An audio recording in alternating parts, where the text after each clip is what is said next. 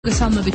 ვის უნდა მიმართოს კონფლიქტით დაზარალებულმა მოსახლეობამ მათი ბიზნეს პროექტების დასაფინანსებლად რა ტიპის პროექტებს ანიჭებს უპირატესობას საქველმოქმედო ჰუმანიტარული ცენტრი აფხაზეთი და რა პროცედურებია საჭირო და ასევე რამდენმა დევნილმა ისარგებლა უპროცენტო სასხი. ჩვენ ახლა საშუალება გვაქვს გავესაუბროთ საქველმოქმედო ჰუმანიტარული ცენტრის აფხაზეთის აღმასრულებელ დირექტორს ეკა გვალიას. ქალბატონო ეკა, გამარჯობათ.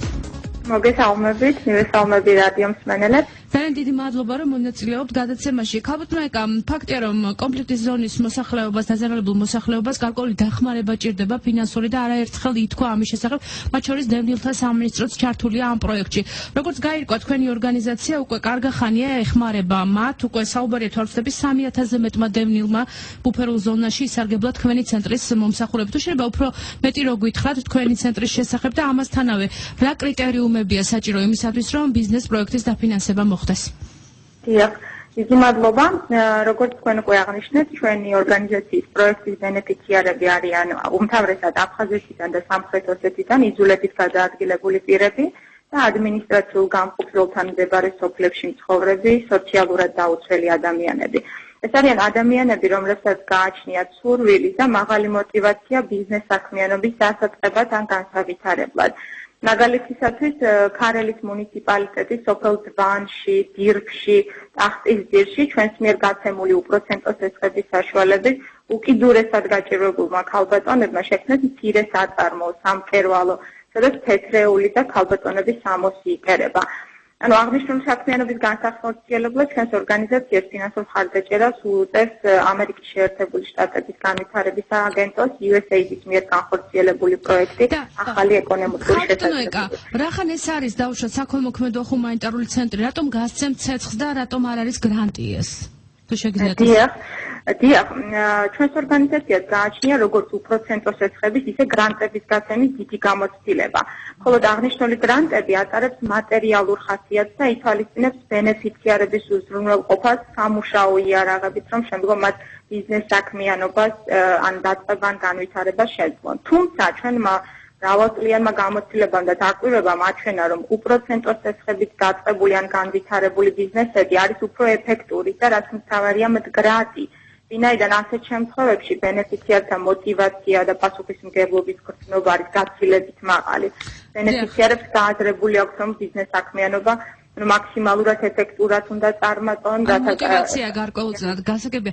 იცით რა მაინტერესებს, როგორ შეიძლება თქვენთან დაკავშირება, ანუ რატომ გეკითხებით, იცი რამდენად ჩვენთვის არის ცნობილი დევნილთა სამინისტრომ დაიწყო მსგავსი ტიპის პროექტი, შეიქმნა ჯგუფი თუ არ ვცდები, ვინც მუშაობს ამაზე. ანუ თქვენ ხართ ამ სახელმწიფო პროგრამაში ჩართული თუ თქვენ ცალკე ორგანიზაცია ხართ, ანუ როგორ ხდება თქვენთან დაკავშირება?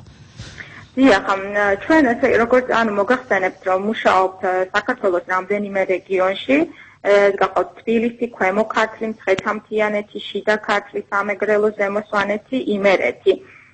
აღნიშნულ რეგიონებში ჩვენ გვაქვს ოფისები და შესაბამისად ამ ოფისების საშუალებით მუშაობთ. რა თქმა უნდა, ჩვენ წლების განმავლობაში კოორდინირებულად მუშაობთ დევნილთა სამინისტროსთან.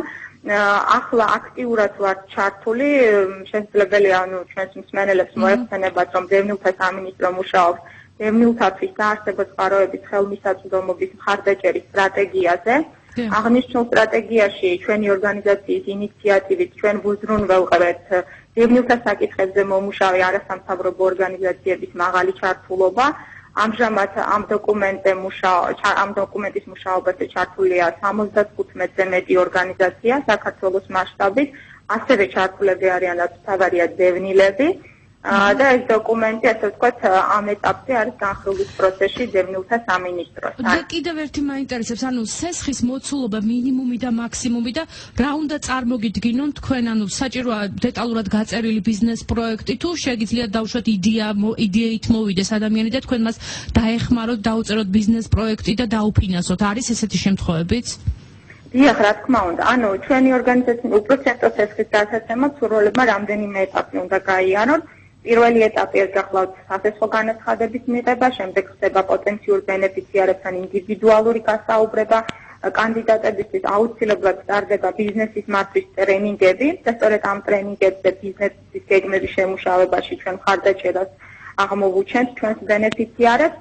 ანუ ამ ყველა პროცედურის შემდეგ უკვე უზრუნველყოფთ ბენეფიციართა საქმიანობის სისტემატურ მონიტორინგს, გახსენთ ინდივიდუალურ კონსულტაციებს და რა თქმა უნდა ვაფასებთ შედეგებს. რაც შეეხება თანხებს, ანუ მინიმალური თანხა ამ უპროცენტო შეცდომისა გახლავთ 300 ლარი, მაქსიმალური თანხა ეს არის 3000-დან 4000 ლარამდე.